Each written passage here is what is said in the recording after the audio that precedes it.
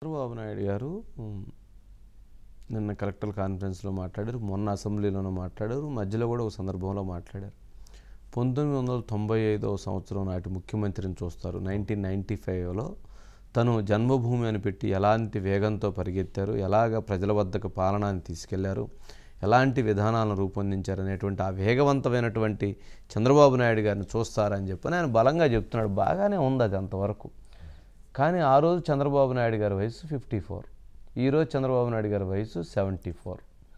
Okay, 20 సంవత్సరాల వయసు gap ఉంది.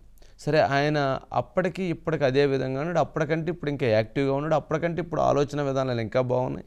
అప్పటికంటే ఇప్పుడు వారిలో ఏదైతే ఐడియాస్ అంటే రాష్ట్రాన్ని అభివృద్ధి ఐడియాస్ ఇవన్నీ బాగున్నాయి.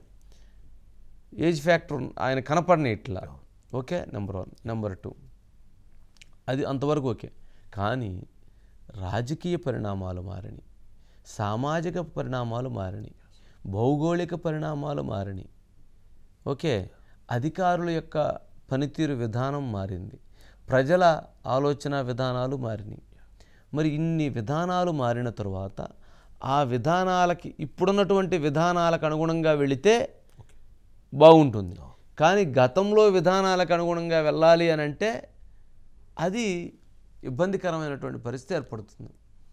ఇక్కడే చాలా సూక్ష్మంగా అర్థం చేసుకోవాల్సిందంటే పరిస్థితులకు అనుగుణంగా, పార్టీ ప్రజల అభిప్రాయాలకు అనుగుణంగా మనం అడుగులు వేస్తే ప్రజలు మనల్ని స్వీకరిస్తారు. అంతేగాని ప్రజల ఆలోచనలకి విరుద్ధంగా మన ఆలోచనలని ప్రజల మీద తీసుకువెళ్ళేటువంటి ప్రయత్నం చేస్తే ప్రజలు వాటిని అంగీకరించరు, దానినే వ్యతిరేకతగా భావించాల్సిన పరిస్థితి ఏర్పడుతుంది. మరి చంద్రబాబు నాయుడు గారు ఏ విధానంతో ముందుకు వెళతారనేటువంటి దాన్ని గమనించాలి. ఇక్కడ 95లో ఉన్నటువంటి పరిస్థితులకి చాలా వ్యత్యాసం ఉంది. 95లో ఉన్న పరిస్థితులు ఏంటి? ఆ రోజు చంద్రబాబు నాయుడు గారిలో ముఖ్యమంత్రి గొప్ప నాయకత్వం అది అప్పుడు ఆ రోజుల్లో. ఎందుకు? ఆయన ఒక విజను, ఆ రోజు ప్రజలు కష్టపడేటువంటి తత్వం, ప్రజల ఆలోచన విధానాలు సక్సెస్ అవ్వాలనేటువంటి ఆ అభిప్రాయాలు, అధికారులు విపరీతంగా పనిచేయాలి, ఒక మంచి పేరు తెచ్చుకోవాలి అనేటువంటి అధికారుల యొక్క పనితీరు, రాజకీయ నాయకులు అమ్మో అవినీతి అని అంటే, అమ్మో అవినీతి చేసామనంటే ప్రజలు చేతురించుకుంటారేమో, మళ్ళీ ఓడిస్తారేమో అనేటువంటి భయము, ప్రజలంటే భయం అనేటువంటి ఇవన్నీ ఉన్నాయి.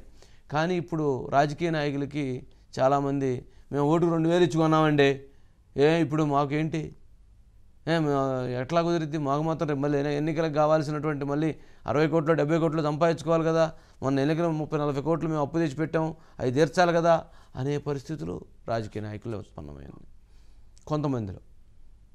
కొంతమంది అసలు ఇప్పుడు ఇవన్నీ కాదండి, నా నియోజకవర్గం, నా విజను, నాకు ప్లానింగ్ ఉంటుందని వాళ్ళు.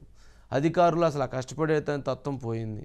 అవును, అధికారుల్లో ఉన్నటువంటి పరిస్థితి ఏంటి, రాజకీయ నాయకుడికి ఇంత నాకింత, నాకు ఈ మంచి పోస్టింగ్ ఇస్తే వాళ్ళు చెప్పింది ఏదైనా చేస్తాను, వాళ్ళు పోస్టింగ్ ఇవ్వకపోతే నేను చెప్పింది నేను చేయను. వాళ్ళు డైరెక్ట్గా ఒక పొలిటికల్ బ్యాక్గ్రౌండ్లో వాళ్ళే పనిచేసే పరిస్థితి ఏర్పడింది అధికారులు. మరి లా అండ్ ఆర్డర్ పరిస్థితులు మారిపోయినాయి, సామాజిక వర్గాలుగా మారిపోయిన పరిస్థితి, ప్రజల మధ్య సామాజిక వర్గాలుగా చీలికలు, దాన్ని కొన్ని పార్టీలు దాన్ని కులాలు మతాలు చిచ్చులు పెట్టి రాజకీయపరమైనటువంటి లబ్ధులు పొందటం, ఇట్లాంటి ఆర్థిక పరిస్థితులు. ఆ రోజు 95లో 30,000 కోట్లు 40,000 కోట్లు ఆ రోజు అప్పు ఉంది. కానీ ఈరోజు 11 లక్షలు 12 లక్షల కోట్ల రూపాయల అప్పు ఉంది. మరి ఇంత అప్పు ఉన్నటువంటి ఈ రాష్ట్రం భౌగోళికంగా విభజన జరిగింది. ఆ రోజు ఉన్నటువంటి పరిస్థితులు వేరు, ఇక్కడ ఇప్పుడు భౌగోళికంగా ఇప్పుడు ఉన్నటువంటి పరిస్థితులు వేరు. మరి ఇంత టెక్నాలజీ, ఇంత యుగం మారిన తర్వాత అప్పుడున్నటువంటి పరిస్థితులకి ఇప్పుడున్నటువంటి పరిస్థితులు ఏ రకంగా అంచనా వేసుకొని ఏ రకమైనటువంటి దీన్ని తీసుకెళ్తారు అనేటువంటిది మాత్రం చాలా ముఖ్యమైనటువంటి అంశం. ఏది చేసినా కానీ ప్రజలు కోరుకుంటున్న విధంగా చేస్తే బాగుంటుంది. ప్రజలు కోరుకోని విధంగా ఏది చేసినా కానీ అది నష్టదాయకం అవుతుందనే దాన్ని వారు అర్థం చేసుకోవాలి. బైట్స్ ప్లే చేయండి. Byte please. నేను కూడా ఇది అయిన తర్వాత ఆకస్మిక తనిఖీలకు వస్తున్నా. నేను అప్పుడప్పుడు అంటున్నాను 95 CBN చూస్తారని. ఇంకా నేను స్పీడ్ పెంచలేదు, ఇంకా రాలా 95 CBNకి. అప్పుడు కొంతమంది తెలిసిన వాళ్ళు ఇక్కడ ఉంటారు, మినిస్టర్స్ కూడా అప్పుడు పరిగెత్తేసేవాళ్ళని, వీళ్ళు పరిగెత్తిచ్చేవాళ్ళం, మేము పరిగెత్తేవాళ్ళం. ఆఫీసర్లు అయితే చాలా ప్రైడ్గా ఫీల్ అయ్యారు. మాకు ప్రజలు గౌరవం ఇచ్చారు, మమ్మల్ని ఎన్నుకున్నారు. ఎన్నుకొని ఏంటి మీ ద్వారా పనులు చేయించాలి. ఆ విషయం మీరు గుర్తుపెట్టుకోవాలి. మేము పని చేయించకపోతే మా తప్పు, కానీ మేమే పని చేయాలి అంటే కుదరదు. మా బ్యాక్గ్రౌండ్ ఇవన్నీ వచ్చినప్పుడు, నేను వచ్చినప్పుడు ఒక అంగన్వాడికి పోతా, డ్రైన్స్ పోతా. డోంట్ మిస్టేక్ మీ. ఒకప్పుడు డ్రైన్లో ఐఏఎస్ ఆఫీసర్లు దించిన రోజులు కూడా ఉన్నాయి. దిగి చూడమా ఎట్లుందని మీరు ట్రైన్ ఒకసారి దిగండి, మీకు ఒక ఐడియా వస్తుందని తిప్పి చూపించిన రోజులు ఉన్నాయి. చెత్త ఉంటే అవన్నీ చూపించిన రోజులు ఉన్నాయి. అక్కడే మీడియాలో ఎక్స్పోజ్ చేసిన రోజులు ఉన్నాయి. తర్వాత అంత హార్ష్గా నేను పోలేదు, కానీ దట్ వర్ ది డేస్. అధికారుల గురించి నెక్స్ట్ అండి, అప్పుడు ఈయనతో పాటు చేసిన అధికారులు కూడా సెంట్రల్ లెవెల్లో మంచి పొజిషన్స్లో ఉన్నారు అని అంటే చెప్పారు. పని చేస్తే ఎవరికైనా మంచిదే పొజిషన్స్ వస్తాయండి. పని చేయకుండా ఎవరికి కూర్చుంటే ఎవరు వస్తారు, పొజిషన్స్ యాడ్ వస్తాయి. అది ఎప్పుడు కూడా అది నిలబడదు. కష్టపడి పని చేసిన వాళ్ళు సక్సెస్ అవుతారు. కష్టపడకుండా నిర్మించినటువంటి వాళ్ళు ఎప్పుడోకప్పుడు ఎక్కడో సందర్భంలో పడిపోతుంటారు. అనిల్ ఉన్నారు సార్. అనిల్ సార్ ఏంటి 24లో 95, 90 మరి ఏంటి ఎలా? అంటే పని చేయడానికి వయసు అనేది నెంబర్ మాత్రమే తప్ప అది ఇబ్బంది అంటే అడ్డు రాదు పనికి అనేది ఒక మోటివ్ అయితే. రెండు, ఆ రోజు క్రైసిస్ నుంచి ఆంధ్రప్రదేశ్ ఎలా ముందుకు తీసుకొచ్చి ఆయన సక్సెస్ గా వెళ్ళగలిగారు తర్వాత పరిపాలనలు అనేది చెప్పే ప్రయత్నంగా జరుగుతున్న అంశంగా కనిపిస్తుంది సార్. రెండు అంశాలు అయితే చాలా క్లియర్ గా ఈ రోజు రాష్ట్రంలో ఉన్నాయి. నాడు ఏదైతే రాష్ట్రం ఉమ్మడిగా ఉంది, రాజకీయ పరిస్థితులు అప్పుడు వేరు, ఇవాళ వేరు. ఎందుకంటే ఇందాక చాలా క్లియర్ గా చెప్పారు, సామాజిక స్థితిగతుల ఆధారంగా కూడా ఇవాళ రాజకీయం జరుగుతుంది. సోషల్ మీడియా ఇంపాక్ట్ కూడా ఎక్కువైపోయి రాజకీయ ఏదైతే అప్ అండ్ డౌన్స్ తీసుకొచ్చే పరిస్థితి మనం చూస్తాను. అయితే ఒకటి, పరిపాలన గాడిలో పెట్టాలి, అట్ ది సేమ్ టైం రాజకీయం చేయాలి. అయితే పరిపాలన గాడిలో పెట్టి పరిపాలన చేయాల్సినప్పుడు పరిపాలనలో కూడా రాజకీయం వెళ్తుంది. ఎందుకంటే ఒక రాజకీయ నాయకుడు ఒక కార్యక్రమం చేపడితే అది అల్టిమేట్ గా తన పార్టీకి ద్వారా ప్రజలకు చేరువై అది మంచి జరిగి రాజకీయంగా వారికి మేలు జరగాలని ఎవరైనా కోరుకుంటారు. ఈ దేశంలో కాదు, ప్రపంచంలో ఏ రాజకీయ నాయకుడు చేసి. అయితే చంద్రబాబు కూడా అదే రకమైన వాతావరణంలో ఈసారి చాలా క్లియర్ గా కనపడుతున్నారు. ఒకటి, అధికారులుగా మీరు చేయాల్సిన పాత్ర ప్రమేయం ఎక్కడైతే ఉందో ఎక్కడా కూడా తగ్గించుకోవద్దు.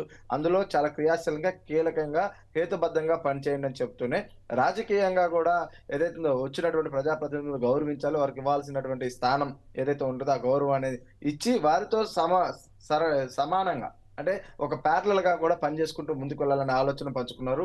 ఇక మూడో అంశం అయితే పరిపాలన విషయంలో ఏదైతే ముక్కుసూటిగా కావచ్చు అడ్మినిస్ట్రేషన్ లో సీఈఓగా పేరున్నటువంటి ముఖ్యమంత్రి చంద్రబాబు అయితే గతంలో ఏ మాదిరిగా పరిపాలన పైన సీరియస్ గా దృష్టి పెట్టి ముందుకు వెళ్ళాలనుకుంటున్నారో అదే రకమైన వాతావరణం కూడా కనిపిస్తా ఉంది సార్. ఎందుకంటే నిన్న జరిగినటువంటి కలెక్టర్ల కాన్ఫరెన్స్ మనం చూసుకోవచ్చు. గడిచిన 5 ఏళ్ల ప్రభుత్వ కాలంలో ఒక కలెక్టర్ల కాన్ఫరెన్స్ జరిగితే నిన్న ముఖ్యమంత్రి మాట్లాడుతూ ఖచ్చితంగా ప్రతి 3 నెలలకు ఒకసారి మనం కూర్చుందాం, పాలనా పరంగా తీసుకురావాల్సిన సంస్కరణల పైన చర్చించుకుంటూ ముందుకు వెళ్దాం అనేది ఒక దిశానిర్దేశం చేస్తూ ఏదైతే నాటి యొక్క స్మృతులు గుర్తు చేసుకుంటూ అప్పుడు ఉన్నటువంటి అంశాల ఆధారంగానే ఇప్పుడు కూడా మరింత శక్తివంతంగా పనిచేయాలనే ఆలోచన.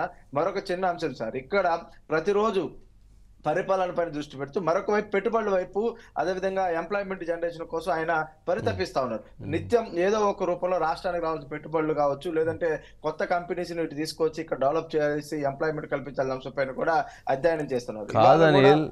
చంద్రబాబు నాయుడు గారు మళ్ళీ తీసుకురావాలి, కట్టాలి, నిర్మించాలి, ఉద్యోగాలు పెట్టాలంటున్నారు. మరి జగన్మోహన్ రెడ్డి గారైనా మళ్ళీ నేను వస్తానంటున్నారు.